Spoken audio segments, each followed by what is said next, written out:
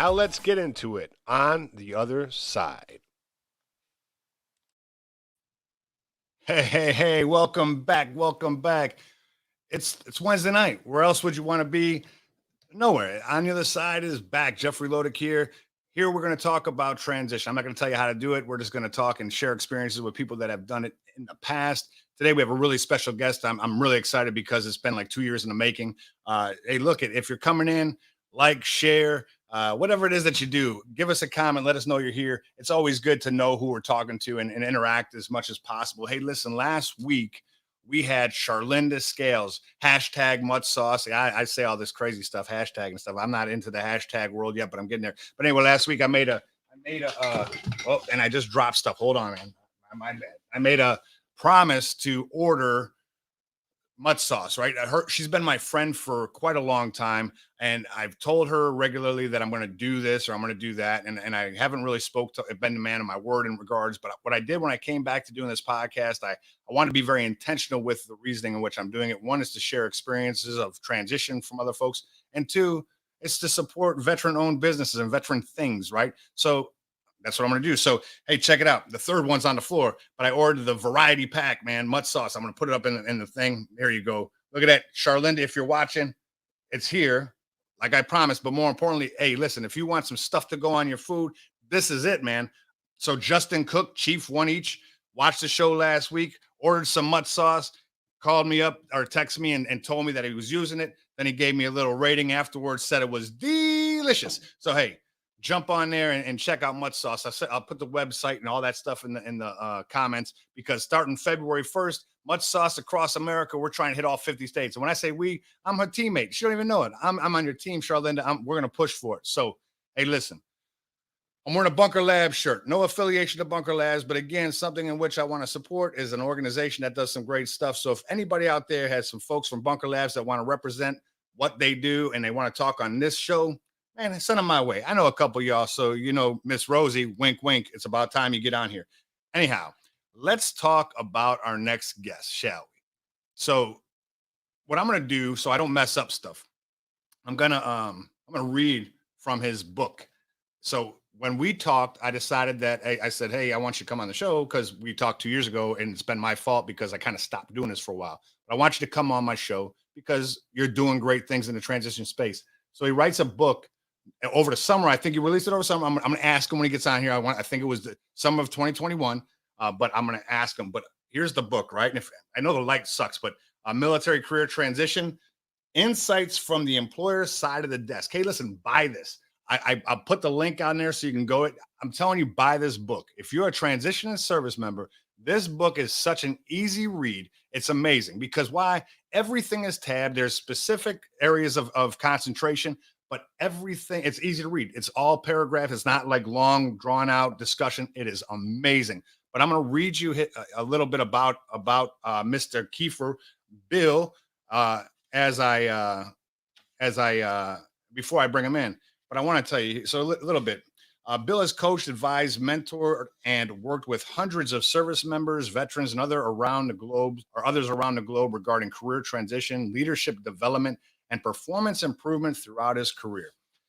He is president and chief advisor of Kieffer and Associates Limited, an advisory firm specializing in military veteran career transition, leadership coaching, strategic talent management, and professional speaking and facilitation services. Hey, look, I could go on and on because it is not short. Bill does a lot of great things. I want to get into his political side of the house a little bit, what he does in that realm. I want to get into by the way, there's some decades here of transition. So the things that he went through in his transition are much different than what we have gone through in our transition. If you've transitioned in the last couple of years or currently going through a transition. So a lot to learn. I'm excited. If you're not excited, well, get there. I can't help you anymore, man. Hey, so here we go. I'm going to bring him in. Mr. Bill Kieffer. Hey, I got to put the applause, man. You gotta get props. In the room, no one else can see it, Bill. They're all around my house. Like it's awesome. Just happening. Awesome, man. That's great. Good, Jeffrey. How you doing, man? I'm outstanding. I'm really happy that we finally made this happen. I appreciate you taking your time to, one, have a conversation with me again, but two, to share all your wisdom, knowledge, and experiences with the people that are actually going through stuff right now. No, man, I appreciate it. I'm glad we're able to make this happen. I'm looking forward to speaking with you and, maybe getting the word out to your listeners. No doubt. So when we had this discussion, when I shot you the email, I was like, hey, man, love for you to come on. I know we talked about it. And you said, of course, I'm down. Right. So what I did was say, well, you got a book. I got to buy it. So I did. So I bought the book. It came within 3 days of me ordering it. And man, I've been in it. I've been in it since I got it. It's actually a very easy read, very good explanations of things, gives great insight from actually many sides. I mean, it's your perspective, but it's from the employer side of the desk, but it's also just good insight from you and your experiences through the transition. So I want to get into this book and I really want to talk about it. So I'm going to keep it right here because there's some great things that I actually highlighted because I want to tap on them because there's some things that people just for some reason they never really understand, never thought about it, or it just whatever the case may be. But they're very important in transition to be considered of. Great. So let's talk a little bit about Bill. Let's talk about you, your service, your time in the military. You did 12 years in the military as an Army officer, and then things happen. But let's talk about that time in the military, kind of what you did. What was your background within the military, MOS type stuff? So go ahead, man. Give us a little bit of insight. Yeah, glad to do it. I'm a product of the ROTC program at University of Toledo. Go Rockets! I got commissioned in 1985. So, the tail end of the Cold War. They said, where you want to go? And I said, hey, send me to Berlin, man. Where else would you be? And they said, great, you're going to Fort Ord, California. I said, okay, if I can't go where I want, there are worse places to go. So that wasn't all that bad. So I was a logistics officer. I was assigned to the 7th Infantry Division Light. I spent most of my time with the 9th Infantry Regiment, the Manchus. And interestingly enough, at the time, the story, as the regimental commander told me, I was the only logistics officer to actually earn the Manchu belt buckle. So, and I still have that and cherish that proudly. Anyway, I was there, did some cool things in Central America with the 9th Infantry Regiment. Did CONUS-based support when they invaded Panama. So all Noriega's weapons came back to my unit. And I'll tell you what, you want to get some logistics guys and some mechanics, you want to get their rocks off, send them some cool toys from an enemy. Let them cut them up and demill them puppies. So it was cool. Got done there. They sent me the officer advanced course over at Aberdeen. And then they said, where do you want to go? I said, well, send me the 82nd. I went to jump school back in the day. Let's go to the 82nd. And they said, great, thanks for asking. You're going to the 10th Mountain Division. And I said, the what? Yeah. The where? Freezing. So, yeah. So I found it on a map and realized it's 80 miles north of Syracuse and 20 minutes from Canada. And bear in mind, this is in late in the year, September, October. I show up there and it's kind of chilly. And I said, okay, what's the weather? And some smart ass said, well, it's 9 months of winter and 3 months of bad skiing. I said, well, shit. So anyway, I spent my time up there with 2nd Brigade Combat Team. I was a company commander, Battalion 3, a brigade logistics officer. We did Hurricane Andrew when it went through, which was an important humanitarian kind of a thing. I mean, that was a different kind of mission, but boy, I'll tell you what, talk about devastation and rewarding times all at once. We got back from there, and shortly off the heels of that, we wound up going to Somalia, doing the early Restore Hope stuff. Did that, got back, and got a call from Branch, and they said, hey, guess what? We're moving you. I said, great, where am I going? We're sending you to Fort Lee, Virginia to rewrite the logistics officer advanced course and instruct it. So I thought, I'm not sure who I pissed off, but thank you very much. And I went to Fort Lee, helped rewrite what's now the logistics captain's career course, multifunctional logistics stuff. And got picked up for 04 and found out shortly after that I was getting divorced. And all of a sudden, my whole career, my whole life changed like that. And I faced a real scary decision. I could either continue with a great career that I was really excited about, or I could maybe have 3 kids who knew who their dad was. And obviously I chose the kids. Branch said, well, since you took up a promotion spot, you're going to get out. You're going to do a year in recruiting command, but we're going to get you home, which for me is in the area of Toledo, Ohio. So they moved me back to Toledo, and I did a stint as a recruiting company command commander as a senior captain. Wasn't the greatest job, and I really didn't appreciate it at the time. But what it did was got me connected to the civilian world in the community. So that's kind of the military story. Yeah, I just want to show you something. If you didn't look at my background right here, so I'm from Buffalo, so I'm very familiar about how the freezingness of it all, right? So yeah, I have no interest in ever going back there. But so yeah, when you said Watertown, actually, when I went to AIT, then Airborne School, and before I got my assignment, I was supposed to go to RIP, right? I was supposed to go to. It was in my contract, but I watched those. I mean, listen, my last name is such that it's not forgettable. And I'm sorry I messed with the lights, but it seems really bright in here, so I hate the way it is. But anyway, so it's not forgettable. So when people had roster numbers, I didn't. I just had a last name, and I used to get smoked for everything. I mean, I did more push-ups in basic AIT and Airborne schools than I think I did the rest of my whole career combined. So anyway, I didn't want to go to RIP anymore because I was watching PFCs, smoking everybody. I was like, I can't do with this anymore. Like, this is not my lifestyle. I did not choose to come in the Army to do this for the rest of my life. It was supposed to be for a period. Anyhow, so they had me on orders to Fort Drum, but then I talked to the first sergeant, and I was like, man, listen, I'm from there. Please figure something out, because it was good. So they sending me to Bragg, and I went to a Corps unit, which I might as well went to RIP, and all that. Life is it's history from there, because I got smoked for the next 2 years anyway. Well, good. So I really like the idea. I mean, I like the things that you did, and it's interesting because I think that many people would look, and still do right now, serving, that when they get that assignment to Fort Lee or something similar to where they're, whether it's their captain's career course or NCO academies or whatever, it's not always the most prestigious or thoughtful job for them. They want to go do something else. But the value in the things in which what you create in that is amazing. And I've had so many friends throughout the years that have been in these positions to where, they're dreading it. I mean, they are mad, fighting tooth and nail. They're trying to call branch to get out of that assignment. But when they get there, the things that they realize that they actually have done, they've impacted the military in such a way that it's only few people get to do so. More props to you in regards to the captain's career course at Fort Lee. I had a John Chapman, who's a former logistics officer, was on my show years ago. And that's a whole nother story just in regards to him, his two sons, and how connected the three of us are. But cool. He was a logistician.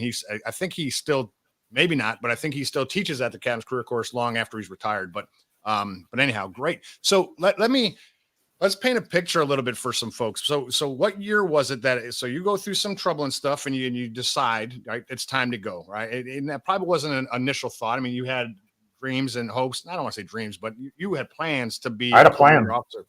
Yep. So you decide it's time to get out.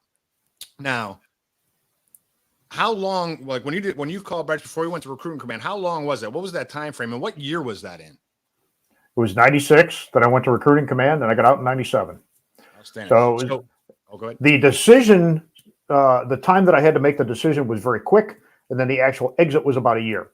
Okay. So it was a tough period, because my whole life was all about the military, and now all of a sudden life circumstances changed.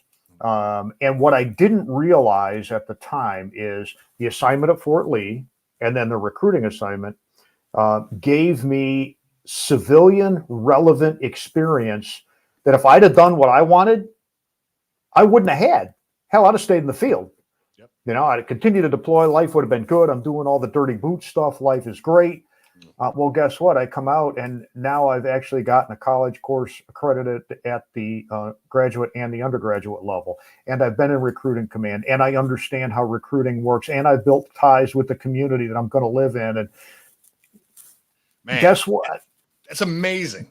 See, that's the part. So even now, right today, I promise you, not even at, I think it was about 3:30, I got a phone call from one of my former soldiers who's a recruiter, and he's struggling in life. And I just said, man, listen, I don't know what your plans are in life, man. I'm not going to tell you to stay and get out, do what you do. But no matter what you decide to do, take the opportunity right now, put people in the Army. That is your goal. That is your mission. Yep. But build a network within the place. You have access to everything, and take advantage of what you have. People don't realize it, again, because it's a job in which they're dreading. But so I want to tell people that are out there watching, one, again, if you're watching, hey, like it, make a comment, say something. I'd like to know you're here so we can interact with you. And if you have any questions, by all means, ask Bill, and we'll put it up there, and we'll let you be heard. But in the time frame in 1997, the transition program was probably, right, I'm guessing, pretty much nothing. And obviously the technology that we have today, where people are talking about LinkedIn and we're talking about, job fairs and all these different things from the transition assistance programs, whether it be Soldier for Life or whatever the case would be,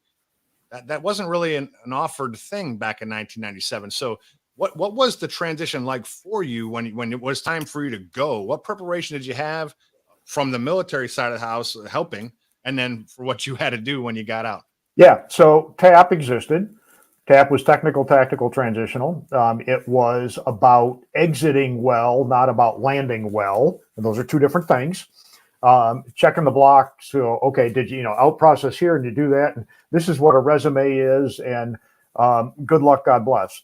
And don't forget to sign out at the end of the day, So TAP for me, I found it to be transactional and useless, quite frankly.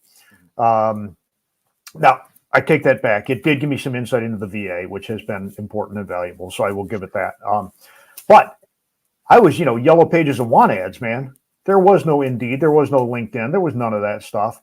So I'm literally reading newspapers, checking the yellow pages, and getting over my introverted self to go, I don't know what I don't know. But guess what? I got to go knock on doors and I got to make phone calls. And it sucked. And I hated it. But there's no alternative. I mean, if you're going to do something, I always say 6 keys to success I have. And the first one's initiative. You got to get up off your butt and do something. So, I had 3 small kids at the time. I had gone through a divorce. I'm moving. I mean, I was finishing up graduate school at the time. It's like, holy crap, if I'm going to do, I have to do. So I started meeting with people, and even though in hindsight I realized what I was doing, I was networking. I just knew I needed to meet people because they had the jobs. Yep.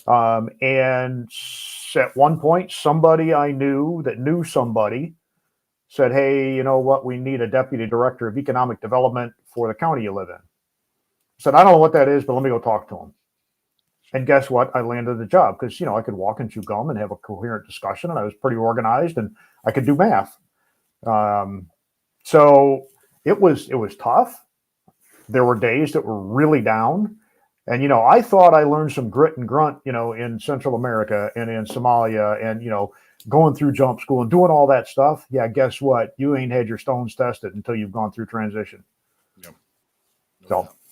No, it's interesting. And I think what is really great is that what you said, I didn't even know this job existed, right? So even now, right, the TAPS program is far and away better than it was. I'm never going to say nothing. I'll never say anything bad about it, right? Because there's goodness in it all, and there's sure. there's good people doing good things. So I won't say anything bad about there, but there are some holes, right?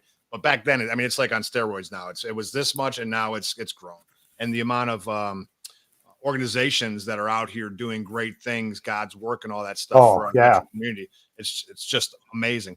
But you'd made mention of not even knowing that job existed. I think within the military community, there's so many people that talk within the green suiters, and you see the GS civilians and contractors, and there's so many terms that get thrown around: operations manager, project or program manager, and it becomes very almost like it's funnel. Like people have this put this thing on their blinders, and they're like operations manager, program management. And they just stick in this realm, right? And whether they're talking about Lean Six Sigma or whatever these fancy words are, but they don't look outside of that because they don't know. And what they're being told and what's being constantly just said is you need your PMP, you need your X, Y, and Z cert. But there are so many jobs. People want to get into the financial side of things, but it's all industry based. But it's what industries exist. What if I want to get into politics? What do I have to do? All those things, but not everybody's asking those questions. They're just looking for a job, right? That's at first when people are trying to get out there. I don't necessarily think they're trying to build that career. They're just trying to find something that pays them the bills so their lifestyle doesn't have to change. But so what do they look for? The PMP, because it's the easy button. Yeah. Yeah, absolutely. And, I've been, my transition was quite a while ago, but I've been working with transitioning veterans the entire time. Right. And 2 decades. It's amazing. I got 20 years of doing this, and what I find is there's really a couple of categories of folks when they get out relative to the job search. The one category is I need cash flow and I need money right now because I got bills to pay and I got nothing in reserve. So that influences how you do your search, right? Then there's other folks that go, you know what? I know exactly what I want to do. I'm well connected. And guess what? This is going to be easy. And then there's everybody else. They don't necessarily have the cash problems, cash flow issues, but they don't necessarily have something lined up. And furthermore, they don't really know what they want to do, nor do they know what they're capable of doing in the civilian context. So that's where I spend a lot of my time working with folks going, and I always start with, who are you and what are you bringing to the party? You know, the good, the bad, and the ugly. And then the next question I always ask is, how do you define success? What does good look like? Are we playing football? Are we playing soccer? Are you golfing? I mean, what are we doing here? And, you know, when people say, you know, things like, and everybody seems to want to be a project manager or an operations manager, or they want to do leader development, right? Sure. Well, that's great. And that's good. And there are opportunities in all of those fields, but they all mean different things to different organizations. So when somebody says, I want to be an operations manager, I go, great. What kind of operation? I mean, do you want to work in a retail industry? Because operations in retail is different than manufacturing, and it's different than healthcare, and it's different than aviation, and it's different and different and different and different. So, and they go, many folks go, well, I'm not really sure. So we have that kind of discussion and say, well, here's what it might mean, because I've worked in all these industries. So I can give you a little firsthand knowledge about what that might mean. The other thing that gets me is, you know, folks that want to keep doing, and there are some that want to keep doing what they did in the military. Years ago, I worked with a young man, an Army E5 rotary wing aviation repair guy, wants to do that in Toledo, Ohio. I said, okay, interesting. Why don't you look around and see what the aviation asset base looks like around Toledo, Ohio? He came back a couple weeks later and he goes, not so much. I said, okay, so what's important? Doing the work you want to do, or being in Toledo? You now have to make a choice. And he chose the geography for family reasons, and we were able to, you know, work with him and find a really good job that worked well for him. So people don't know what they don't know, and then they lean on what they've been told. And in some cases, they don't actually understand what they've been told, what that really means in the new context. So they just kind of keep digging in with that. Sure. My job is to try and help open their eyes and ears to the world of possibilities, and then help them figure out kind of what's their decision criteria. Right. So, yeah, I could go on all night. Well, that's all that's important, Bill. And I got to tell you, so it's interesting because you talk about Toledo, Ohio, and then you have to look at the annual or the mean income, right? So it's funny because I think, and you've made mention of it. There's obviously things you choose, the geography, how much I'm going to make, the job I'm going to have, like those things matter, right? And that's what a lot of people base everything around. But it's interesting to say, I want to make 150K in Toledo, Ohio. And then to look and see what jobs pay 150K in Toledo, Ohio. If you don't match up with what that is, then it's not a realistic expectation. And there's some things to navigate through. And those are questions that need to be answered. And conversely, people go, you know, I want to make 150K, but I want to live in San Francisco. Well, you're going to find that job, but you're going to, you know, the value of the dollar is entirely different there. Sure. Cost of living is your apartment's going to be wonderful at $3,500 a month. I mean, for 900 square feet. You know, exactly. Yeah, it's like New York City. I mean, those are all important, right? And I think that I just think it's funny because you have to be very thoughtful to the individual. And again, I've said the same thing, and that's why I applaud you when you said, "What is your definition of success?" Because again, I can look at my neighbor and say, "Man, that guy's killing it," but in his mind, he's like, "I'm not there yet." And then he could look at me and say the same thing. But unless I know what his definition is, he may be living it. And again, he may not. But that's important for that person that's transitioning. Not just what do you want to do? What does success look like? Your money, your family, all these things that we got to take in consideration. And variables do exist, right? And your variables are much different than mine. No, absolutely. You know, where are you in life? What's your life circumstances? And who are you? That kind of self-definition, and what do you bring to the party in practical terms? Your experience, your capabilities, what you can leverage in the civilian market, your financial status, your families. I mean, there are folks out there that when they leave, they really can't move to too many different places because I don't know, maybe child support issues or whatever. And these are all practical things, all of which can be overcome if you put them on the table, think through them, and try to pull the emotion out of it and realize, okay, what do we know? What do we assume? What do I need to learn? What are my priorities? And really face this thing as a decision model. Now, many of our military members and those that have served careers, either on the enlisted or the off, y'all understand the MDMP process. Y'all understand how to make decisions. Y'all don't understand how to problem solve. But it's shocking to me how many folks, I don't know, kind of don't connect the dots between those capabilities and the situation they face. Leverage the tools you have. No doubt.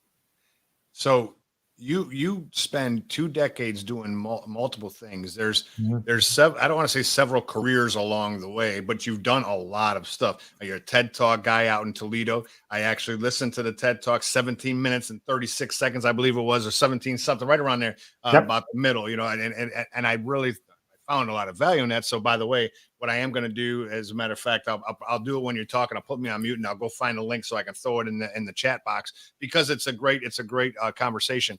Not so much related to transition, but it's really about investing in the middle and who is the middle, right? And identifying who the middle is. I thought it was a great talk. Thank you. No problem. But I want to get into the book because of all your experiences, 2 decades of working with transitioning service members, you yourself being one of them. I want to get through it now. I just kind of want to break down a couple things, because the book is, again, if you got to get this book, I want to make sure you see it. You got to get it because it's such an easy read. I don't know why I keep going like this, Bill. Right behind you in the corner, that's the same thing. He's got it. But I appreciate you doing that, man. but it's a great book, and I want to just kind of go through, because the way it's set up, there's a couple different themes or ideas based, and then some chapters. I don't want to say chapters. I don't know what you call them, but paragraphs, if you will. But anyway, insights, I call them. What's that? There's chapters and insights. There you go. And the insights are beautiful. I mean, it's beautiful. So general business insights, right? And I'll go through a couple of those, because I think that there were some really great keys to that. The culture was another topic. Transition specifically was a topic, and networking is a huge topic. And then talent acquisition, recruiting, and interviewing. And those are the chapters, and then everything has insights, and it's such a simple read that you gotta grab it, because all of it makes sense. I want to say something, because I got it highlighted. Where is it at? I've got to flip to it. I think it's 13. Because this is important, right? And it is, because we talked a little bit about pay. We talk about some people having a desire to get paid X dollars because their value, based on talking to a friend who got out, who's the same job or same MOS or same rank or whatever the case would be. And they said they got a job for insert X dollars. So their value is at this dollar, which is fine. But it says in here, you say, and it's important to think about from a business perspective. It says, we'll always try to pay the least possible for a top qualified talent. It isn't personal. It's business. It's your job to understand what reasonable compensation and competitive benefits are. And then you go through to explain this, right? And to me, that's huge, because a lot of times people don't realize it, because I think people want to put a dollar amount on them based on what they think their value is for what their peers are getting paid. And what we got to realize is that what Google pays, Microsoft doesn't pay. And I'm using 2 companies that are completely separate. I don't know what either one of them pay. But if Google's looking for an HR specialist and Microsoft's looking for an HR specialist, because your buddy at Google got paid X dollars, doesn't mean Microsoft, who has an opening, is paying that much. And to understand that, I want to save money as a business, right? So we got to kind of go through that a little bit in your mind, like, because this is with almost every company and every level of employment. So compensation, pay, and benefits combined for a total comp kind of a perspective is a huge expense for companies. At the end of the day, we can talk about employee engagement and culture and all this and that, but at the end of the day, salaries and benefits are expenses to a company. And every company wants to lower their expenses all the time. Now, good companies understand that you get what you pay for, okay? And if you want top quality talent, you have to pay competitive wages and offer competitive benefits. So how do they go about doing that? They look and they actually do market. I've done this work. They go out and they do compensation studies for the different types of jobs that they have. They look for what they call external equity. What's the market demand for this stuff? So if you want a project manager, an ops manager, a finance analyst, a marketing specialist, you pick the job categories. They go out to the market And they have firms that they can engage with that do the research and say, what's the market cost? What's the median? What's the high? What's the low? And then they make a decision on what their compensation strategy is going to be. Do we want to be a company that meets the market, that says, everybody else is paying about 75 grand a year for this kind of job? We're going to pay about 75 grand a year for this kind of job. Or do you want to lag the market and say, you know what, we're not in a position to pay that much money. We're willing to pay less because that's all we can afford right now. And maybe they've got some juice up on the variable compensation. Maybe there's some stock, something like that, right? Or do they want to be a leader and say, you know what, we know we need the absolute best talent, and we're going to go above market to get the people we really want. Now, you can imagine those that lag and those that lead tend to be the tail end of the curve, Most companies that do this work try to meet the market. It's simple supply and demand, right? Sure. Now, that sets a range for what they're willing to pay for the job.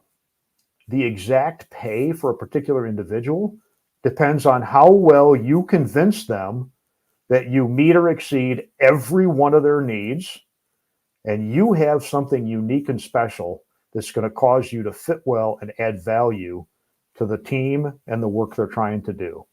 So it's kind of a long explanation. The other thing companies look at, and again, I've done this work too, is internal equity. Similarly situated positions in the company, are they being paid similarly? So let's say you've got an operations manager in Boston and an operations manager in Denver, maybe, and an operations manager in Murfreesboro, Tennessee. How are they all being paid? They may not be getting the same exact pay, but they're proportional to the cost of living. Okay, it makes a difference. So if you want to go out and make $150,000 a year, you better start doing your research and figuring out what jobs pay $150,000 a year where. Yep. But none of it's personal. It's not like, hey, I think Jeffrey's an ass, so I'm not going to pay him as much. Right. That's not it. It's all about the qualifications and have you proven that you are top talent? And if you are, then we're going to pay you. No doubt. And I think that's one of the things that what I've seen through the course of the last few years that I've been really engaged with people as they do their interviews and their conversation there, and they've gotten their little, what's it called? I can't remember the word. It's their offer letter, right? They get their offer letter, okay. And they're frustrated, right? Because they were in their mind, they wanted this. And some people are frustrated. I mean, don't get me wrong, but I had a couple friends of mine that live down here. I'm in the Tampa area, right? So Tampa area cost of living, it's not bad, right? I mean, comparable to the States. I mean, to certain places it's obviously higher, but in Florida itself, it's average. It's not really high. Yeah. But they've taken jobs in New York City. They've taken jobs in Washington, D.C. because the dollar amount is what was important to them, without the very consideration that you brought up early in regards to San Francisco, because those two locations, you have to, in order to make what you're making in Tampa, to string that along, you have to be making over $200,000, right? So it's not the same. So I get what you're saying. And I don't think that was a long explanation. I think it was a perfect explanation. I think it's important for people to understand just the idea of what they're looking for when they're starting to see it, that it's a business and they're not trying to crush you and say, look, you're not valuable. And that's what's important, because a lot of people feel slighted. They feel that they take it personal. They're like, oh my God, I know my value. Absolutely. Yeah. Hey, I was guilty of that. Of that, Sure. It's like, hey, I bring all this stuff. I'm experienced, I'm educated, and boy, I can really fix all your problems. And I'm worth way more than market. And, people chuckle and go, that's cute. You have no idea what you're doing, But, it's kind of like going to an auction, right? You've got your family heirlooms that you think are worth $1 gazillion because, boy, that was, grandpa's whatever. And, go get it appraised or go to auction and you get, 10% of what you think it's worth. Because the market demand defines what you get paid. That it's not just what you think. For sure. And that's your emotional side. Plus, they got to resell it. So they got to make a dollar, right? There's got to be some level of space. Yeah. Well, and that's an important point you just made. Everything that they pay, that an employer pays you, they have to make more than that on the product or service that you're helping them provide. Yep.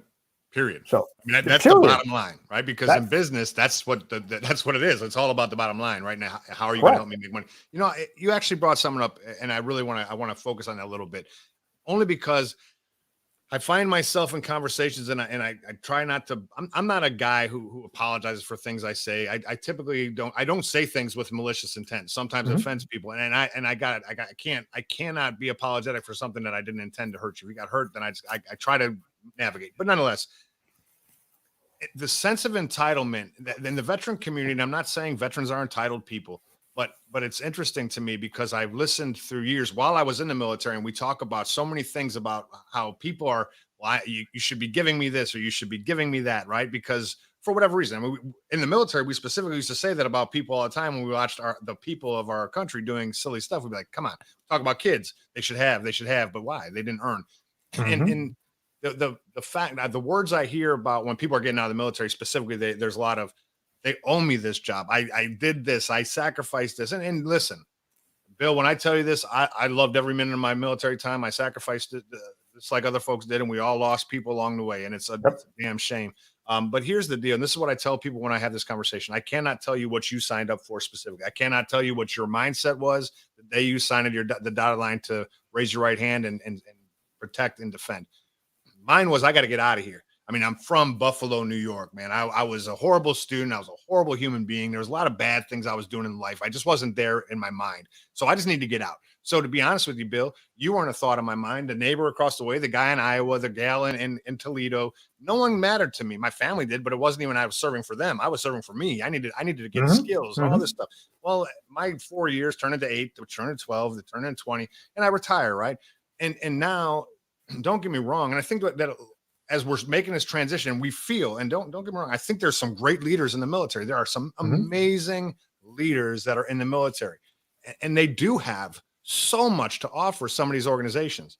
But there are some basic requirements that they have to meet in order for these companies even to listen to them. And so often do I see and or hear, and this is from junior folks to senior folks, that are frustrated because they can't get a seat in front of the man or the woman to make that decision to hire them because they don't meet the bare requirements. And they think that their service should insert somewhere in there that allows them to have the seat. So do me a favor. You have 2 decades of talk and transition. How often does this conversation, how often do you have to have this conversation with people? Does it happen often? Is it something you've never seen before?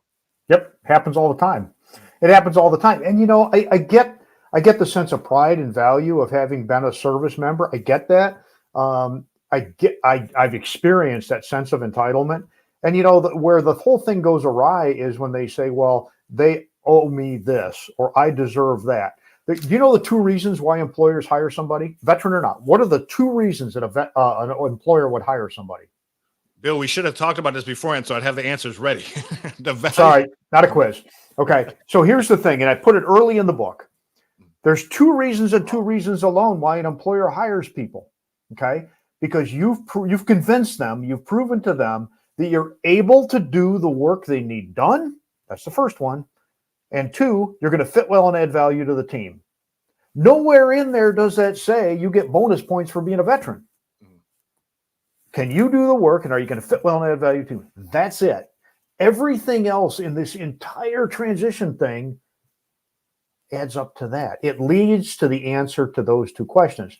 If you come in with a sense of entitlement, you have just put yourself behind the 8 ball. If you don't understand what the employer's asking for, you'll never be able to answer their question. If you understand what they're asking for and you can't quit speaking mill speak and veteranese, they're never going to understand what you're saying. If you're coming in going, you know what, I've done all this and you guys look good and I know I can fix everything that's wrong and here's the list based on my homework, you just called their baby ugly and you just pissed them off. You're not going to get the job. Yep. So now, whether military or not, if you don't bear in mind that you got to demonstrate you're the person that's most capable to do the work and fit well and add value to the team, you will not get selected. It ain't going to happen. Now, I've had civilians come in at very senior levels, C-level kind of folks, right, in multi-billion-dollar companies, and I'm evaluating whether they ought to join the team at one of these C-level kind of jobs. and they come in confident, absolutely got to have it. But if they come in overconfident, entitled, like I'm just some kind of a burden, and I'm here to, basically convince them why they ought to join, interview over. Sure. So the sense of entitlement, if that's where a veteran's head is, park it at the door before you start the interview, man. Yep. I've heard a lot. I mean, it's not like recently. It's been over the course of my transition before, during, and now. And I guess transition's continuous, but nonetheless, there's a lot of people out here in the transition space that are having conversations regularly, and they say, humble yourself. And I think that's probably it sounds good, right? Meaning that humble yourself. How? What does that mean? And I think that there's some people out there that are saying that stuff, but then following on with some words of wisdom to how do you humble yourself? What is it that you check your ego at the door? Make sure you understand. Case in point, I'll tell you, and I've had this conversation twice. I mean, like no joke, this one specific conversation with two different people that they were officers, both were 04s, and one was in the Air Force, one was in the Army, and they were looking at this organization to work for. I'm not going to name the name, but it's the same organization. Yet and still, there was a E5 who got out of the Army 7 years before. 7 years had passed. He had been out, and he's been working at this organization for 7 years. And he is the operations manager. And both of those 04s said, well, I'm not going to work here. There's no way I'm going to work for an E5. And it's interesting to me, and so be it. I get you. I can see where you're coming from. However, just let me say that E5 had a master's degree because he pursued education. That was once he was educated. And he's got 7 years experience in the real world. And in that industry, at that position, I mean, in that organization, and that's something that I hope to me, I use that or that conversation, Bill, to kind of explain what humble yourself means. To look, if you know their whatever their rank is, if they were in the military, so be it. Got it. But stop. You got to leave that. You got to look at the experience this individual has. And by the way, if you do work for that young man or woman, chances are they're gonna watch you. They're gonna know what you have to offer. You're gonna work for a moment and then probably move to a different position because of the fact that you got yourself into a door. But so let's talk about that humility thing a little bit, because this is actually a coaching engagement I did with a non-veteran, leadership coaching engagement, highly capable, highly educated automotive engineer. This kid was a rock star. He didn't believe he was a rock star. He took the humility thing the other way. He was so humble that people didn't give him his due. He got overlooked. He got ignored. So when I worked with him, I said, what do you believe the difference is, the differences in being appropriately humble or being arrogant or being too humble? And he goes, well, I'm not really sure. I said, here's my thoughts on this. Humbling yourself is about perspective. It's not about being meek. It's not about being unconfident. It's about where your perspective is relative to the engagement, okay? If I believe I'm the right one and I'm going to cause everybody else to do what I want, that's arrogant. But if I believe I have value to bring to the discussion, the circumstance, the employer, whatever, and I'm convincing them that I have the capability to help them, that's appropriate level of humility. Okay. You can be confident. In fact, you have to be confident. Yes. But if your focus is so much on me, now you're just an arrogant ass. And the ability to humble yourself seems to have gotten missed. So for those folks that are looking for a practical way to go, okay, humble yourself. Well, what does that mean? It means value others' perspective and position more than your own, and then bring to bear your capability to help them achieve what they need to achieve. That would be my advice on how to humble yourself a bit. No, that's perfect. That is perfect advice. So a couple more things about your book. I don't want to read the whole thing because I want people to buy it. So if I tell them, if we were to do this podcast, I read the whole book, then they just keep playing this. If we do all 151, we'll be here all night. So and hey, look, I'll be here with you because it is worth it. So the couple of things you said, which because we hear it often, we hear about culture in companies.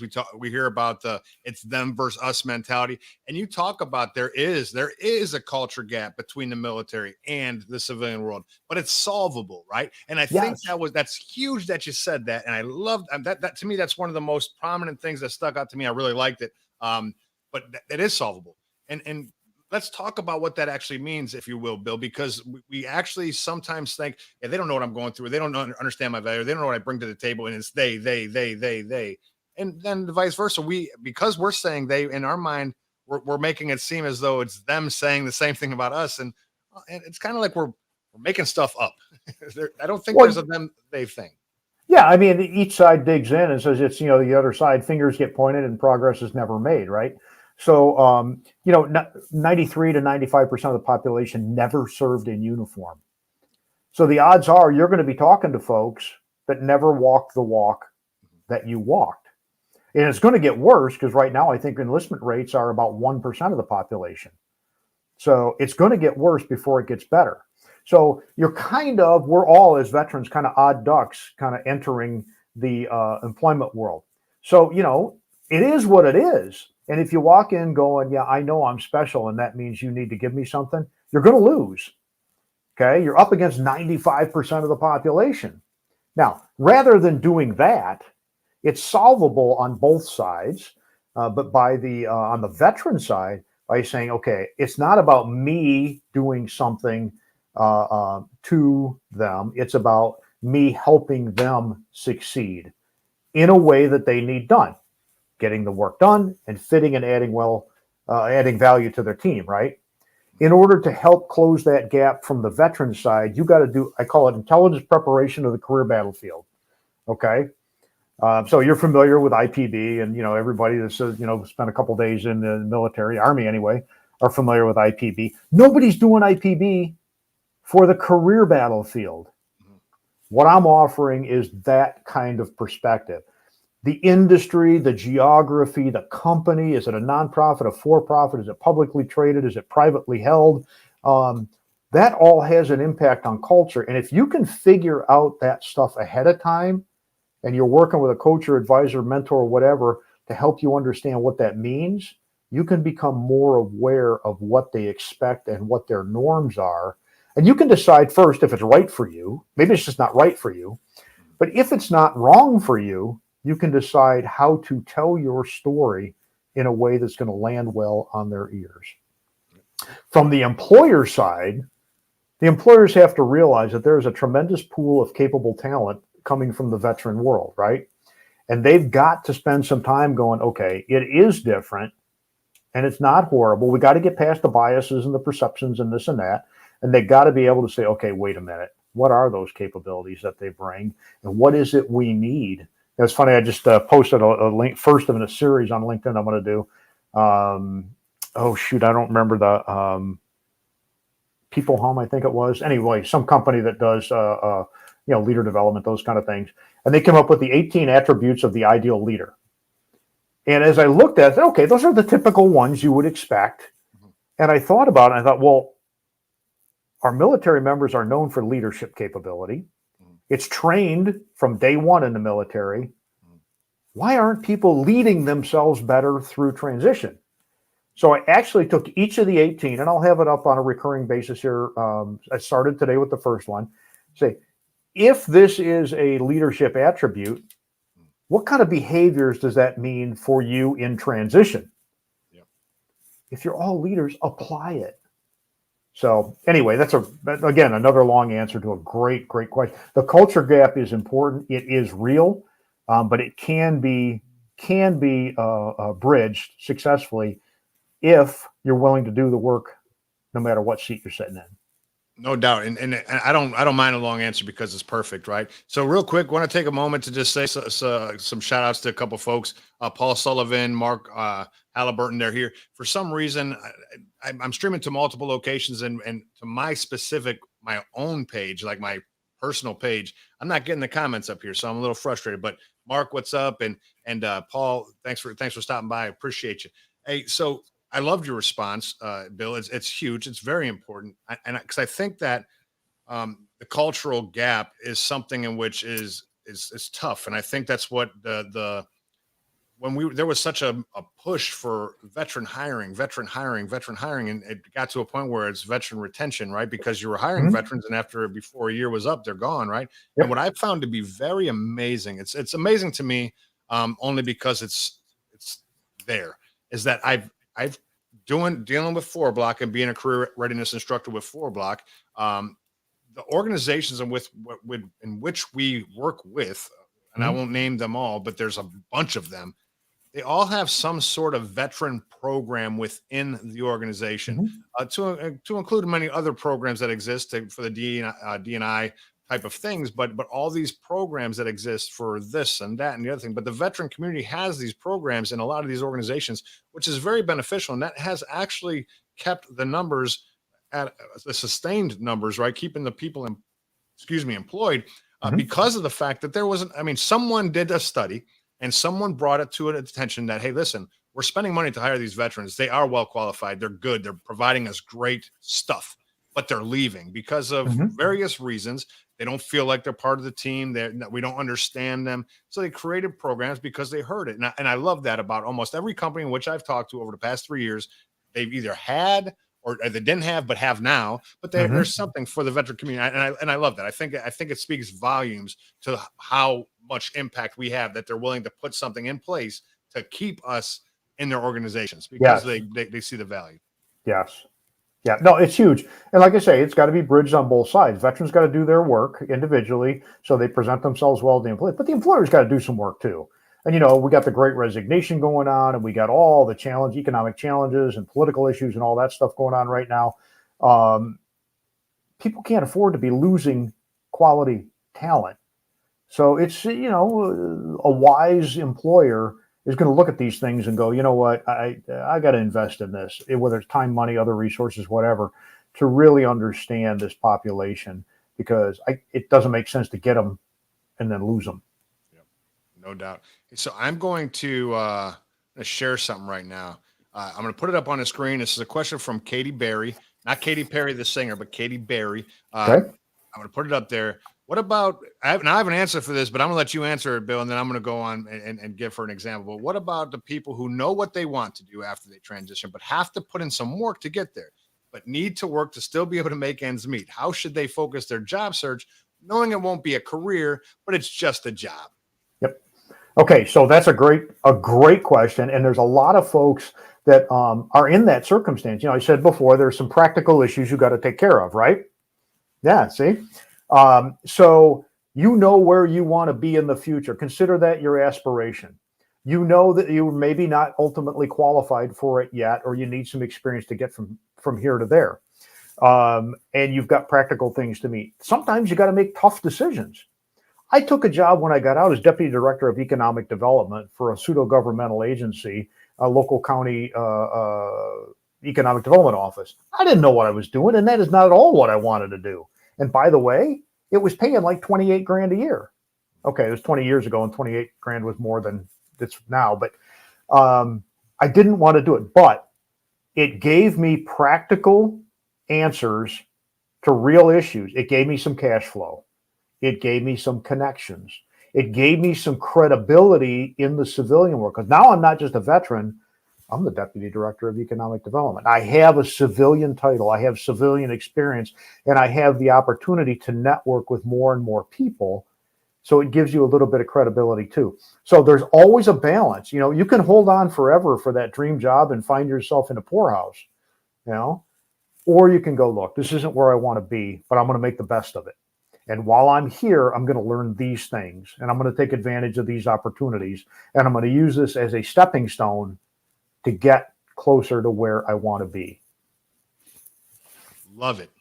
Love it. Listen, Katie, I don't even want to add to that because it was it's perfect, but using me as an example, right? I just have to say, it's funny because some people think you have to put dreams and aspirations on hold for some reason, right? Because it's out there. So it's got to take time, right? But the thing is, there are so many things that you can be doing to make that dream a reality. You might have to get a job and you might to make some income, but there's still things to be knocked out. For instance, if there's an opportunity that exists for you, and if that's a business or if it's a dream job and it requires this degree or this certification or this thing, well, if you can't get that job, you go get another job. And while you're pursuing that or working on that job, doesn't mean I can't pursue my dream. It doesn't stop. I just got to keep doing stuff on the side. I mean, look, this is being the podcast host of On the Other Side Leadership After Transition is not my dream job, but man, it's amazing because I get to talk to people like Bill. I get to answer questions or have people answer questions. It's so much fun for me. But this is helping me in other ways, and it's not the fact that I'm looking for Bill to provide me the answer, but Bill may be able to provide me the answer. I don't know. Who knows? I've built relationships through this platform, but man, I think it's so helpful, and it's just an amazing thing. But meanwhile, I'm a government contractor and a there you business go. owner. Let me add something back for Katie again. Sure. One of the things that I always say is that as a veteran or any person in career transition, when you find that dream job or a great job, in order to be successful, you have to answer every one of the asks. So if you know what you want to do, I would suggest the first thing you need to do is identify all the asks. What are the requirements? What are the deliverables? What are the expectations? What's the experience required to actually become a viable and top tier candidate for that position? And once you know what they are, figure out what you've got. And then where the gaps might exist, figure out what you need to do to close those gaps. Okay. Maybe you got to have, I don't know, let's say you want to be a director of finance or a controller. I'm really making this up. I don't know what you want to do, Katie, but you want to be a controller, a financial controller in a manufacturing firm in the Midwest. Let's make that up. And you were a wheeled vehicle mechanic in the Army. Okay, that's chalk and cheese. But you got to have a bachelor's degree in finance to even qualify. Great. Where are you educationally? Okay, maybe you've got the bachelor's degree. Check. Got to have 3 years financial experience in the industry. How do I get that? Well, maybe that means I got to be a clerk somewhere to do something for a while. And maybe that isn't possible quite yet. Maybe you got to do something entirely different to get yourself stabilized. The point is, figure out what the asks are, understand what they mean, understand what they require and how to get those you don't have. And then it becomes a task list. And it may be a number of years, but it's just a check sheet, man. It's a punch list of things you got to do. And everything you accomplish gets you one step closer to that goal. It's a road march. Outstanding. So here, she answered you. She wants to be a yoga instructor to assist veterans working on certification and getting a master's in health science. Hey, she's doing all that, by the way. And hey, Katie, tomorrow I'm going to announce my next month's guest on the show. I'll put it out there because I didn't want to interfere with Bill and promotion of Bill's show. So tomorrow I'll put it out there. But there's someone at the end of the month that you're going to want to meet. So it's great. But all that stuff is good, Bill. I love the answer. I'm going to ask you one more question about the book before we wrap things up. And this is something that actually, I think I've been told this my entirety of life, and I just don't think I listened to it. And then I read the book, and there's a part, and this people that are watching are going to know exactly what I'm talking about. So you have an acronym in here on 109, and it's WAIT. WAIT. I want you to explain what the WAIT means. And then I want you to go through, because this, by the way, is paramount in many instances, not just networking. It's paramount in interviews. It's paramount in these type of interviews. Like right now, I should wait. Go ahead, Bill. Tell me about WAIT. So WAIT, WAIT. Why am I talking? We have 2 ears and 1 mouth for a reason. And when you're out networking and you're out trying to understand the new world and you're trying to navigate this transition world successfully, it's really, really important that you listen more than you talk, okay? If you're talking to fill dead airspace, that's probably not a real good reason to be talking. If you're talking to push your agenda, and if you're talking to cause others to hear what you have to say, that may not be the best reason to be talking. So if you're just making words because that's a cool thing to do in the moment, don't say anything. Just wait.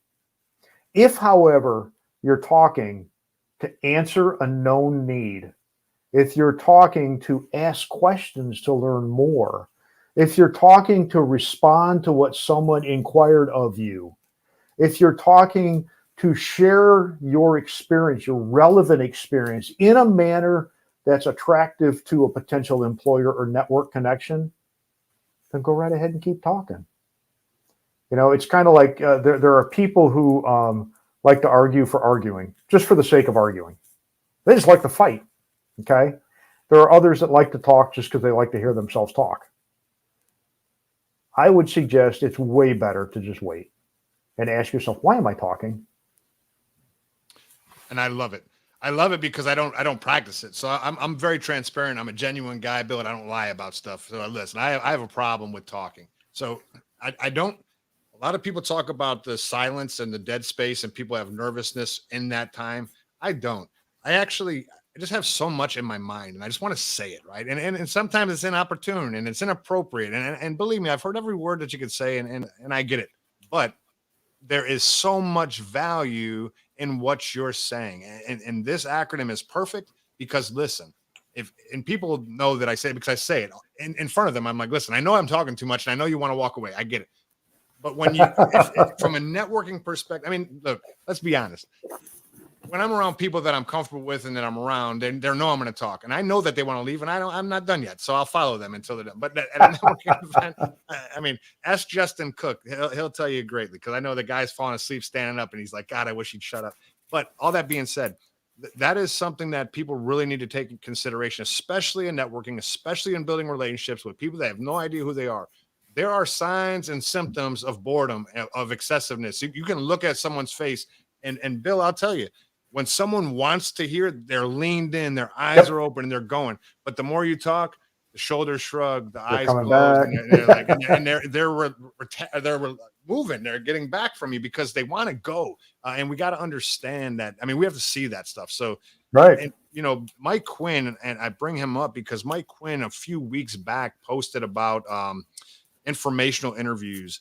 And I think that this, and you made a comment in that thing as well as did I, as well as many other people. But the fact is, people don't necessarily understand what an informational interview is. So they take the opportunity for someone saying, yeah, I'd love to have a conversation with you.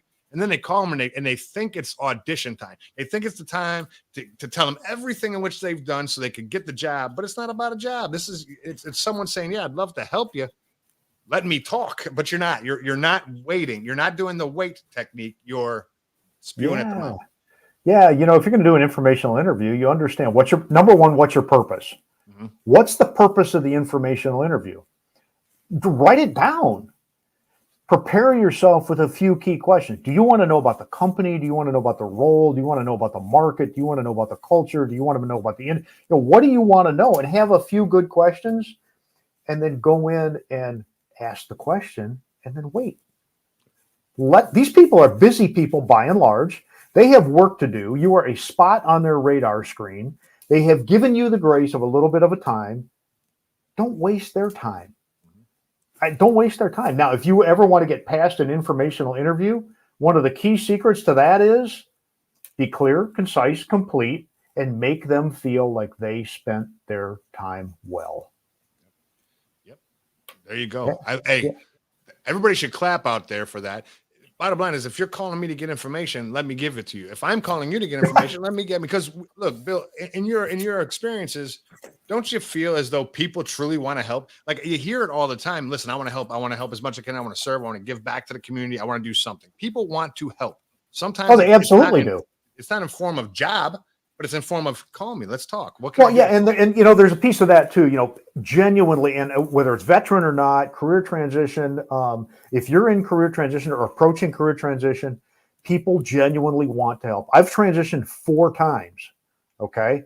And every time, once I got past my introverted self and once I learned a little bit how to network, and that's just a matter of trial and error, what I've found is if I meet with people and I have a clear ask, I have a clear purpose, they're more than willing to help. What's frustrating for folks and what will minimize their willingness to help is if you come in very vague and go, I don't know what I want to do. And I really don't know where I'm going. And, can you help?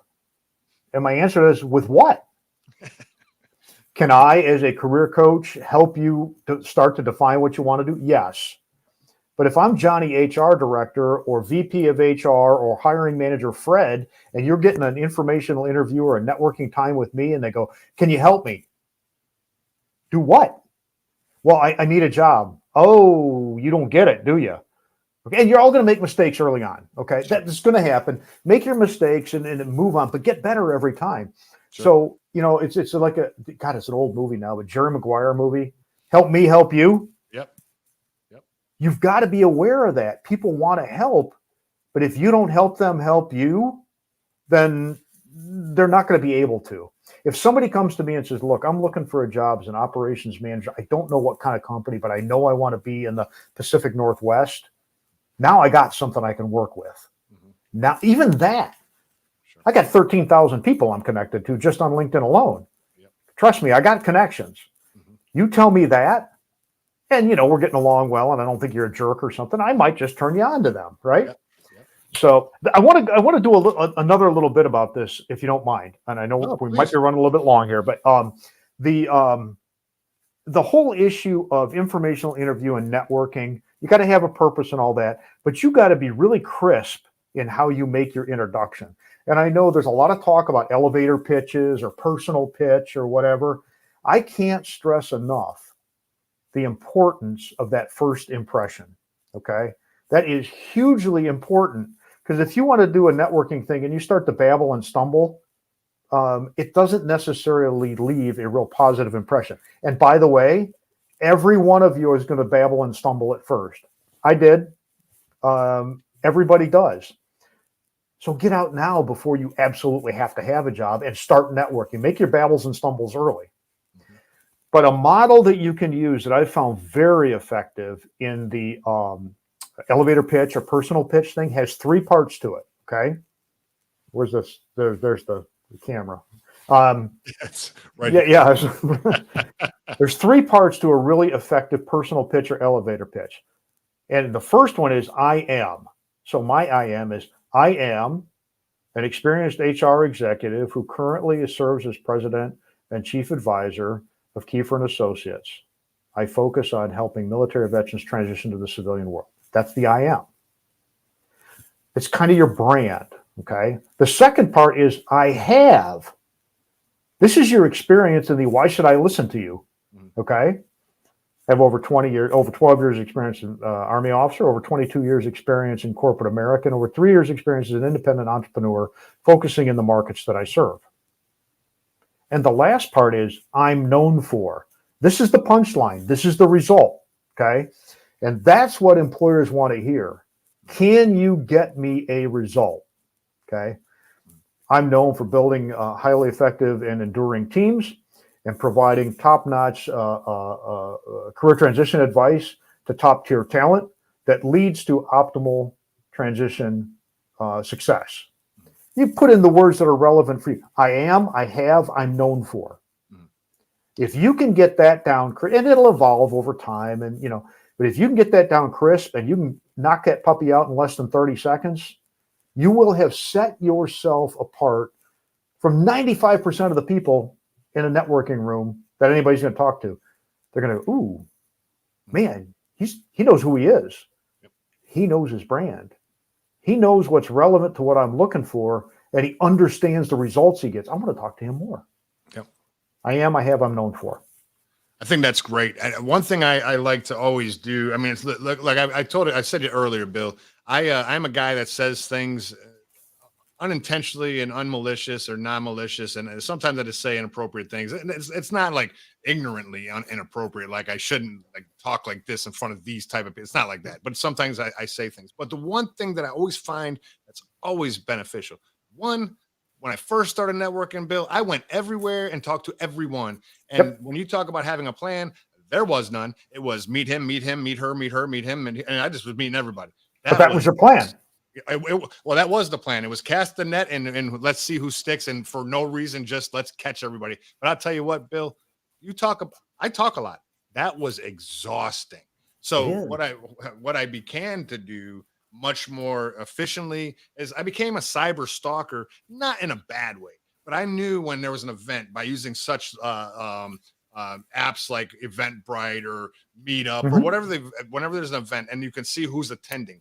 And I go to an event, especially if I knew someone who was attending, it would always be good because it gave me someone in which I could rely on to be there and I could talk to them. Sure. But I'd find the people that I knew I needed to talk to, and I'd find something on them that interests them. I'm a huge sports fan. Love the Yankees, love the Bills. We could talk anything. So I find those folks that are into that stuff as well, or baseball in general, and I can start a conversation with that to kind of break the ice, if you will. Don't get me wrong. I use the elevator pitch, and I have that thing broke down. I mean, to a point where it's really efficient, because I did babble, stumble, and look away. Like I'd be trying to remember it. I'd be talking there in front of me, and I'm like, what do I do?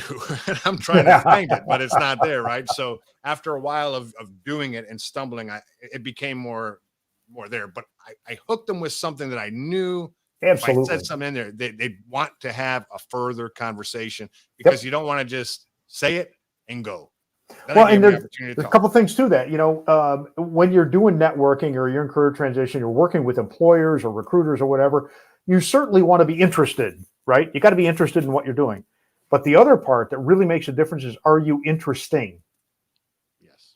And by doing a little bit of homework and finding out that, somebody's got a common sports connection and you got one little tidbit that nobody else had or few other people, now you became interesting. Yeah. So you want to be interested and you want to be interesting. And there's a lot of ways to do that. And yours happens to be sports, and it happens to be a lot, a lot of conversation. Style is, you can be successful no matter your style. Sure. You can be. That's awesome stuff, man. But you had a plan. Now, there may be times when you're early on, your plan for a networking event, assuming it's live, is to simply go in and shake 5 hands. That might be it for the day. Now, that's COVID and all that stuff, and that's weird, but it's an example. And as you get reps, you get better with more reps, right? That's why people practice at things. Consider it practice. Do an AAR afterwards and go, okay, how well did that go? Oh, crap, my palms were all sweaty. Next time, wipe my palm on my shirt before I shake, whatever it is, right? Yeah. And then you figure out the next one is like, okay, I'm not going to try and shotgun this thing. I want to meet John from this company about that. Yep. And maybe it's not because John has the job. It's because you saw on LinkedIn or wherever else that John's connected to somebody that you know and you need. So here's the other thing, okay? I do a fair amount of work and I have a great relationship with Challenger Great Christmas, arguably the premier executive outplacement firm in the world. Good friend of mine runs their North American operations. And their studies will tell you that over 80% of the salaried professional jobs are landed by second and third tier networks. Somebody knows somebody who knows somebody else that knows about an opportunity. Yep. So, you got to get out there and do that, and you gotta let you got to work the process, and they got to let the process work. No doubt. And I think, Bill, one of the big things you said earlier, which goes back to this specific second and third tier network, is you got to identify what you want so someone can then make mention of you to their second and third network. If I don't know, I don't have to know the specific, right? But if I know that I'm an IT and network architect or something, and I have that experience, and that's what I'm looking to do, and if I can articulate that properly to somebody, man, there's somebody that can tell somebody that that's what you have and that's what you're looking for. Because I see it all the time. This guy tells this guy, and who tells this girl, because this guy is an executive IT guy. And now they have a connection, or they have a conversation. Whether it leads to employment or not, that's a different story. But you get to be found by the people that you never would have known 5 minutes ago, right? 22 years in corporate America, I never landed a job by applying for it. I landed every one of them by networking. Every one of them. And in fact, the last corporate job I had received my first paycheck before I had to fill out the application, because we just had to check the box. Yep. Okay. That's the power of networking. It's amazing. And, you talked about understanding your target. For those that, with a military background, there's always a target list, right? Mm-hmm. And then there are targets of opportunity. Mm-hmm. If you haven't created a target list, you're just kind of limited to targets of opportunity. And if you don't know how to identify and engage those targets of opportunity, you're not gonna get a hit. So anyway, I think that's spot on. That's great. Hey, so what I'm going to do, I normally at this point in time, Bill, ask my guests if they had an opportunity, which they always do, but I still say if you had an opportunity for some silly reason, but they have an opportunity because they're right here to give one piece of advice to transitioning service members. I'll let you do that, but what I'm going to do is I'm going to tell people that one piece of advice that if I was talking for Bill, is to go buy his book. I'm trying to find a camera. It's right in front of me. but this book, I'm telling you, I've read. I have Herb Thompson's book about transition. That's a great. The Transition Mission is a great book as well. And this. It's a great book. Different perspective, different information, but it is needed. If you don't own this book, I would urge you to go purchase it. Now, that being said, Bill, I promised at work today I was going to bring it in, and they're going to pass it around and use it as a guide. So I probably won't get many book sales from my office space, but that's only a few folks. So, but I'm going to promote the book. I'm going to stand by the book because I believe it. Now, you put some reviews on the back of this book, which are good. Yep. This is good. This is good stuff. But I don't want any of y'all to read these reviews. I want you to go online and read the reviews. These are good. Don't get me wrong. These are good reviews. They're positive, but they're on the book. And he would always choose the ones that were great and leave the ones that suck over there. You won't find one that sucks. They are great reviews, and I'm going to write a review because I find this book to be truly a top-notch book. So anyhow, all that being said, Bill, what else would you have? If not in your book, something that you have, transition nugget, if something that's there that you have an opportunity to put it out there, what do you give them? Listen to everything Jeffrey just said. Yes, I must have said something right. Oh yeah, buy the book. Yeah. So a couple of things here, really quick. Number one, it's the employers are the ones that have the jobs. This book is focused on the employer perspective. I chose the graphic on the front of that book for a reason. Okay, because that's the face you're going to see when you're staring across that table at somebody. They're going to be skeptical, but they're going to be wondering. They might be bored. They don't get it. Okay, if you want a job, you better understand what's going on in the heads of those folks that have the jobs. That's the perspective of the book, okay? And separate and apart from that and a more generic kind of thing, if you cannot start too early, okay? Start your career transition today. I don't care if you're a first termer and you're planning on doing forever. I don't care if you're going to be out in 5 years. If you're going to be out in 6 months, you really need to start, okay? But at the end of the day, start now, because this is like investing for retirement, okay? Every little thing you do along the way adds up and creates interest. Every little thing you learn along the way causes you to know more and thus be able to ask better questions and dig in deeper to different things and learn even more. You can't cram for the transition exam. So start today. No doubt. Great. That's perfect. Hey, transition is something interesting because so often do we confuse it with employment. And transition is such a longer process than getting a job. I think that the employment piece is such a difficult thing because I think that's what weighs on people's minds so much more than any other aspect, because that's their livelihood and they're trying to figure out a way that they're going to make money and still be okay. And that's significant. And I get that. But transition in and of itself is so much more than just a job, because listen, there are differences. There is a difference between working from company A to company B, and all those companies are different than working in Charlie Company 369 or whatever Army or Air Force or whatever place you're at, because it's just different. But at the end of the day, it takes time. Hey, I'm going to throw up because I'm not going to throw up. I said I'm going to throw up, and I pause. See, sometimes I say stupid stuff. I'm going to throw up some questions that are here. I want to make sure that we have one. I want to give up some comments. So Eric put, I second, everyone should read the book. It was an eye-opener for me as I start my transition preparation. Hey, Eric, thank you for coming on and throwing up a comment. I appreciate it. Look see, you come on the show, you get to be involved. I engage with you. Dana, Eric, it's good to see you, buddy. It's good to see you, man. We've been talking. Outstanding. Well, good. Here's another one. Look I'm telling you, it's great. Sylvester says, thanks, and Bill's awesome. Getting the book today. Begin with the end in mind. Hey, real quick, Sylvester, there's a code that you can put on that has my name on it. I'll get some type of return on. No, I'm joking. There is no code, and I don't want to. I'm just kidding. I became an affiliate 4 seconds ago. No, get the book. That's great. Good job. Thank you, Sylvester. Appreciate it. Outstanding. Hey, Dana wrote something along, and it's kind of just popped up, but I know she wrote it earlier. I want to give props and shout outs to Dana because Dana is amazing. I don't remember specifically what we were talking about when she put it up, but at the end of the day, I want to put her up on the screen because Dana Hughes is my hero. So at the end, it doesn't matter. # judge me not. Dana Hughes never gets judged. Thanks for stopping by, Dana. We appreciate you as always. Thank you, Dana. I appreciate it. And I've been that guy that George Clooney played, and holy smokes, we used to, one of the companies that we had the fall firing season, we went in, I think it was 5 years, from almost 40,000 people down to 21,000 So I was that guy for a while that got on the planes and flew around and did the mass layoffs and all that stuff. Not fun work, but necessary. No, but Dana would do it, and she would do it with such professionalism.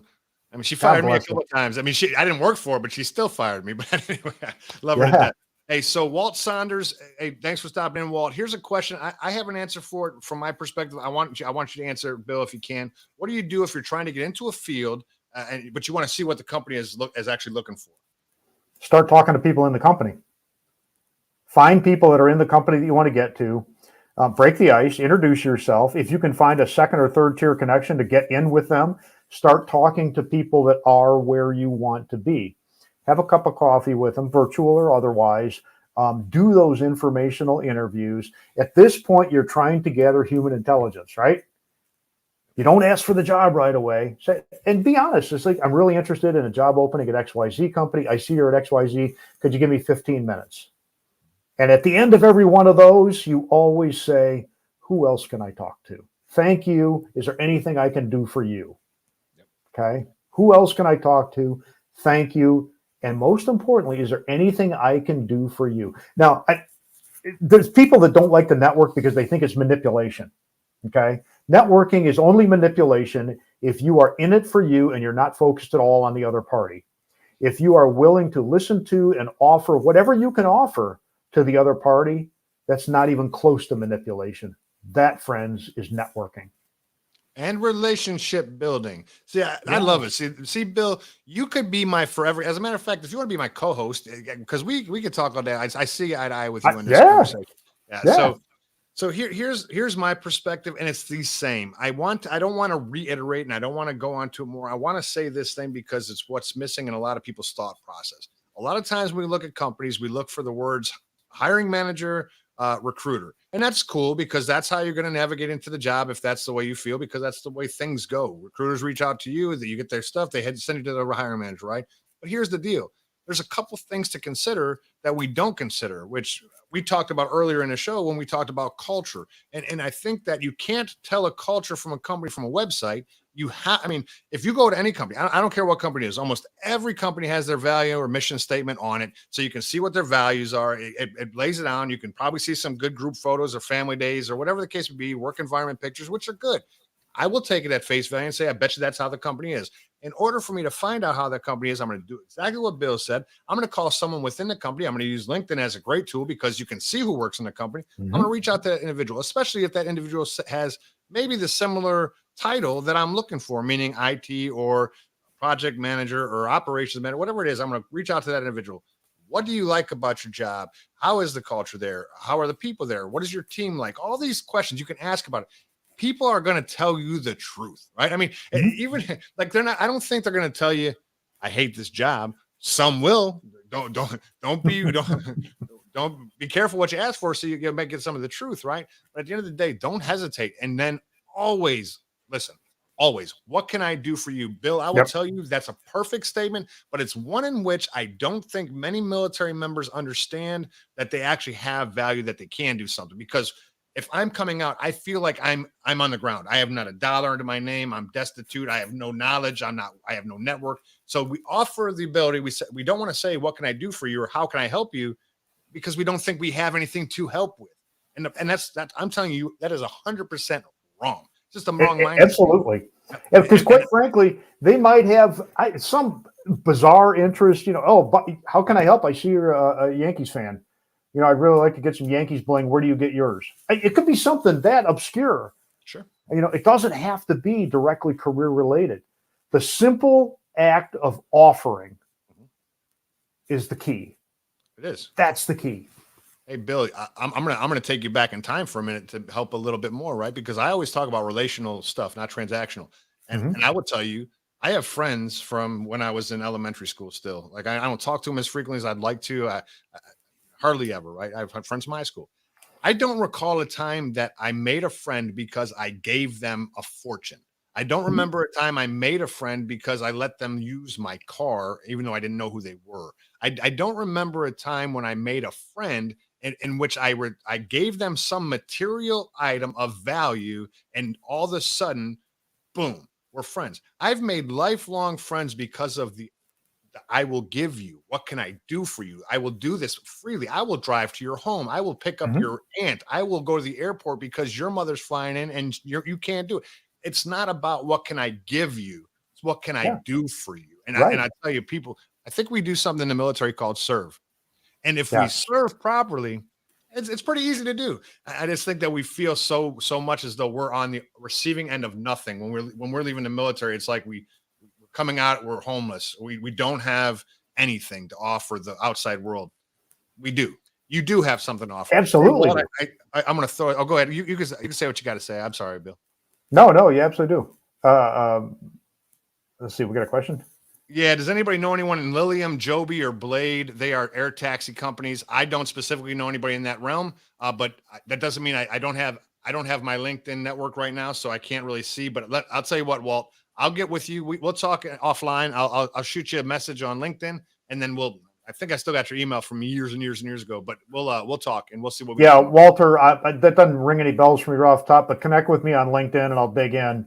Yeah, as a matter of fact, I'm glad you said that. Let me throw, you know what? I've had this information here all the time. Here we go. Hey, this is for Bill, his LinkedIn stuff. So if you're seeing it because you're watching this live right now, it's right there in front of you. If you're listening to it because you didn't catch it live, but you're listening to it on whether it be Apple, iHeartRadio. By the way, if you do listen to this podcast on Apple, iHeartRadio, or any of these places, please rate, review, and do all that stuff. Leave a review. The review is important, not for any other reason, but for me to see what you think and how to improve the show. So anyhow, if you aren't are reading this right now, let me tell you what it says. HTTPS semicolon. Anyway, go to LinkedIn. Look up William Kieffer. WILLIAM KIEFFER. William Kieffer. And I'm telling you, the guy, if you follow him or connect with him, he is helpful just by following what he's saying. It's very informational. If you want to reach him, Bill at KiefferAssociates.com. That's where he's at. Bill at Kieffer associates.com. And if you want to go to the website, which you can find the book there, you can find the book on Amazon, you can find the book anywhere, but you can go to www.Kieffer-associates.com. Hey, look, Bill, I truly appreciate you taking your time to spend with me, to enlighten the folks that listen, to answer some questions that were out there. I really want to focus this time around. I took a break for a year. I've always thanked the people for coming and giving me your time. But I want to tell you, all the people that are listening right now, thank you for giving your time and listening. I talked for many months, years about supporting veterans and veteran services and veteran programs and veteran products, and I've done a good job by talking about it. I've volunteered here and there, but now I'm going to do a little bit more. So again, we bought this book, and I'm telling you, Bill, great book. I'm so excited that I got opportunity to read it. I can't wait for people to look at it and listen. I don't need I was kidding earlier when I said, check it out, use my code for the affiliate link. I don't have one. I don't want one. I'm telling you right now, this book is of value. It will help you in your transition. Grab it on the door. I'll put the link in the thing. But Bill, you can get your book off your website. You can get it off my website. You can go straight to Amazon, type in Bill Kieffer, and it'll pop. Yep. It's paperback and Kindle if you're into the ebook stuff. Outstanding. Randall says veterans don't sugarcoat. If you ask us about our company, we will tell you good, bad, and ugly. And Randall, you're exactly right. By the way, and that's a good point.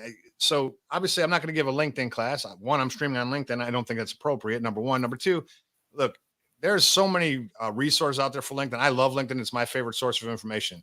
Using the LinkedIn search, how you can go through and find people. You can use it to find to filter out, to find variables or veterans, and whether it's Army, Air Force, Navy, Marine, you can get really granular with it. But that's who I'd be reaching out for in companies initially, because you have some likenesses, right? And I think just like Randall says, they're going to give you some honest feedback, like don't come here, man. And that's something really important, Bill. I just want to touch on that one last time.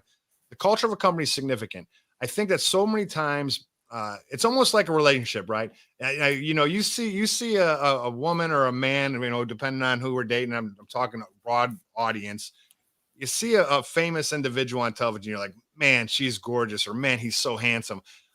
I wish she was single. I wish she was single, or now she's single. I'm going to try to talk. But that person has been through relationships. You don't know anything about them, but you just see what you see, and you go for it because they look a certain way, and you like a character they played in some Mhm. random movie.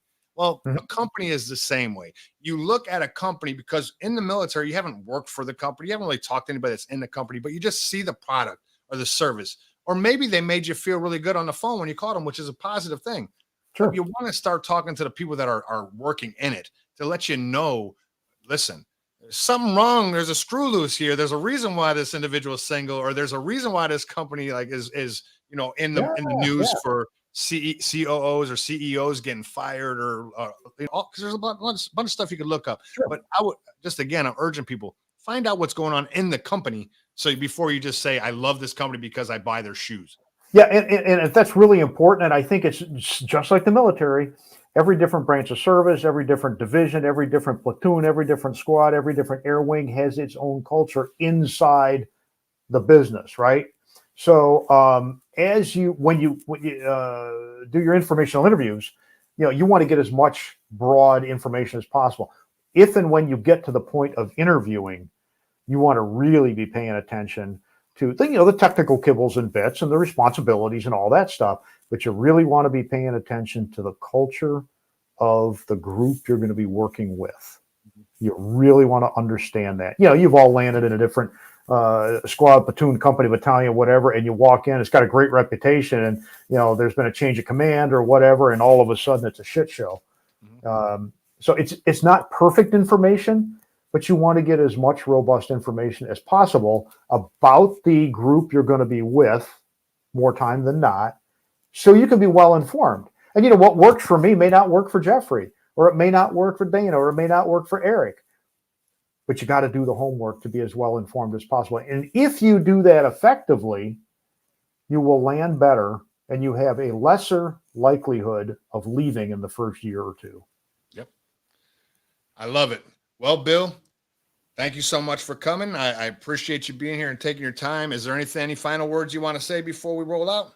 Well, just thank you, Jeffrey, for this, and for all the listeners and everybody tuned in. I really appreciate you taking time out of your busy days. All of you that are listening, you want to connect with me. I love to connect with good folks. I don't connect with everybody, but if you reach out after tonight, shoot me a quick message, and I'll be glad to engage with you. So, yep, buy the book. I'm sure it's helpful.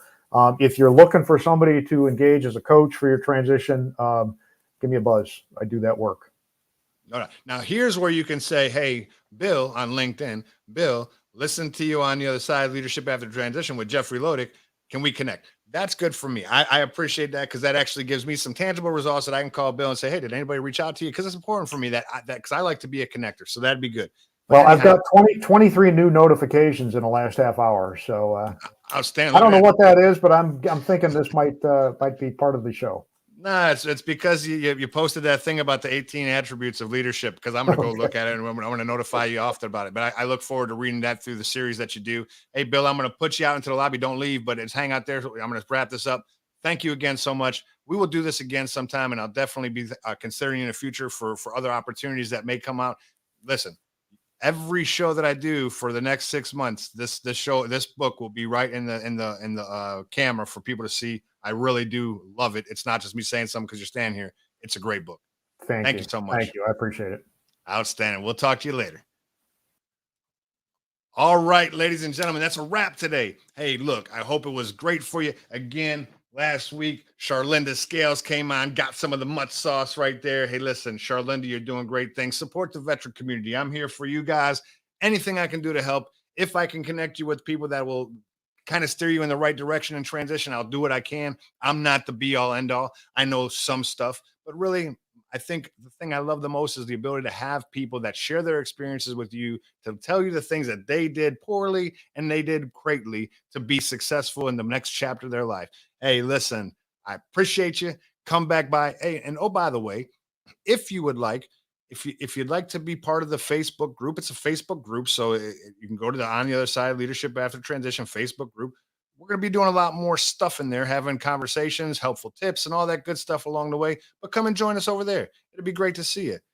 Hey, until next time, when I see you on the other side.